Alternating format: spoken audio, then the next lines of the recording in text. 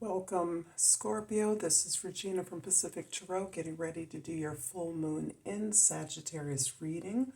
Welcome to those of you that are new, and let's get going. Scorpio, with your overall energy for this full moon in Sagittarius. The Knight of Swords. The Knight of Swords is really speaking to your ability to be strategic, to be rational, to be logic, to be linear as appropriate, to take the information, seek the information, receive the information that you have been seeking, and to neutrally, by detaching yourself from your emotions, strategize the end towards which you, the truth towards which you are moving. This is about gaining a higher perspective, integrating your experience into the experience of others in order to plan and strategize your move towards a goal. In the past, we have the Fool card, the Lovers, and the Queen of Cups. Really powerful time of controlling your emotions in order to make the most powerful decision that is fulfilling your sense of healing, of loving, of acknowledging what it is you desire, of owning your desires and your feelings. And that includes the range of your emotions around those accomplishments, those desires, those goals, to such a degree that you are opening up and investing in your ability to relinquish control as a result of this experience of learning from the ability to acknowledge who you are, own your entire experience of something. That includes those difficult experiences that have gained you lessons, that have gained you gifts of understanding, greater understanding of why those lessons were necessary. You are in a position to choose the best path forward. You have options where you once would have chosen the illusion of love, the illusion of success, the illusion of security or truth. You are now looking at the necessity of the ownership of your strengths and weaknesses, the ability to understand deeply why the lessons you experienced were necessary and how they have in fact strengthened you and allowed you to own your destiny.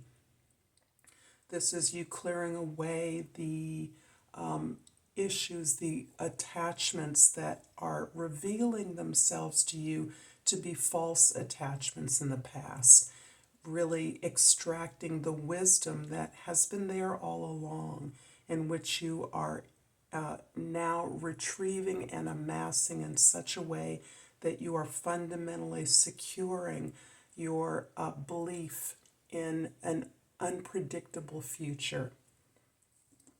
In the present, we have the High Priestess, the Judgment card, and the Ten of Cups. And I'm sure you are observing this dramatic pattern, Scorpio, in which you have really gained the courage to move towards those things that authentically belong to you. And that may mean you're pushing through to former wisdoms about the correct path for you, the ownership of your destiny, the way in which this tremendous wisdom you have is allowing you to build your courage, build your clarity and faith in yourself to make this second effort, this retry, to move forward in a way that understands the way that you evaluate your success now, where in the past you only saw failure as you went towards something that you knew was so for you, so right for you, that resonated with your purpose, with your destiny. You're now understanding that evaluating the success looks differently. You're not pursuing this particular opportunity, relationship, or position, effort, project on the same terms. You're understanding the benefits of success are much more all-sided, are inclusive of others necessarily, that you need others to do this in a way where you once may have believed that this success would be a reflection of your solitary effort, your solitary knowledge or understanding of your truth. Now success looks cyclical. It is a process, a product of the process of your healing, of your growth, of not only the understanding of yourself, but your ability to be inclusive and understand others and the necessity for their assistance, their collaboration, their participation in this beautiful goal that you have envisioned, this destiny that not only you are pursuing for the end success, but for the process of learning about others, learning about the needs of others, the equality of others in this effort that does not diminish the unique destiny that belongs to you and you alone, but helps you understand that you're part of a larger plan. In the future, we have the Seven of Wands, the Star card, and the Four of Cups. Certainly the Star is continuing to expand your ideas of the vision for your future. As you are owning this opportunity that has been available to you in your past, you're grabbing it on new terms with a greater understanding of what success and pursuit of the community that this goal offers you is promising. You're now growing that. The Star is a part of growing your awareness and expanding your definition of success. The Ten of Cups is confirming that you now understand that your ability to receive your own love and healing, your own understanding, not just of others, but of yourself, is what is expanding this definition of success for you and allowing you to impact the world in a way that is truly appropriate to your efforts, to your wisdom. This is coming as a result of your increasing ability to know yourself, know your strengths, and to evaluate the efforts you've been making to date, recognizing that the steps that you need to make are about your voice, about articulating your truth, about limiting and setting boundaries on the efforts you set in order to be liberated, in order to work within the communities that you are now experiencing as you consider the needs of others as well as your own.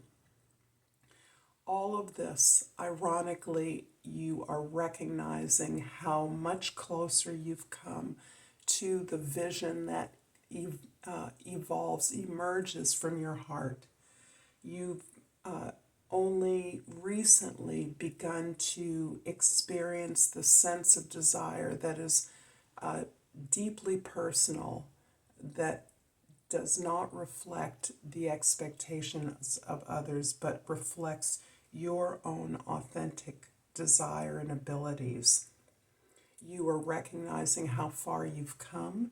You're also recognizing that you've come this far through your ability to give to yourself. And this is a real change from your understanding that others were to join with you in order to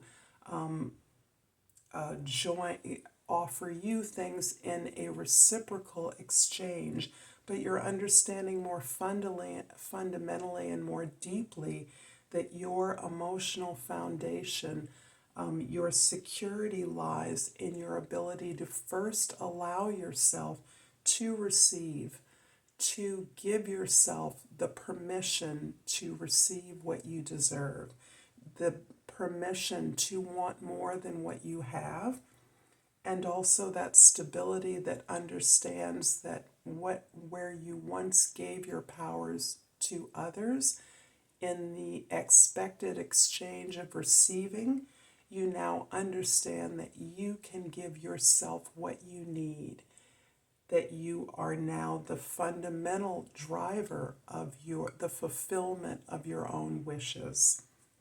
I'm going to clarify the judgment in your present with the Nine of Cups and the Five of Wands.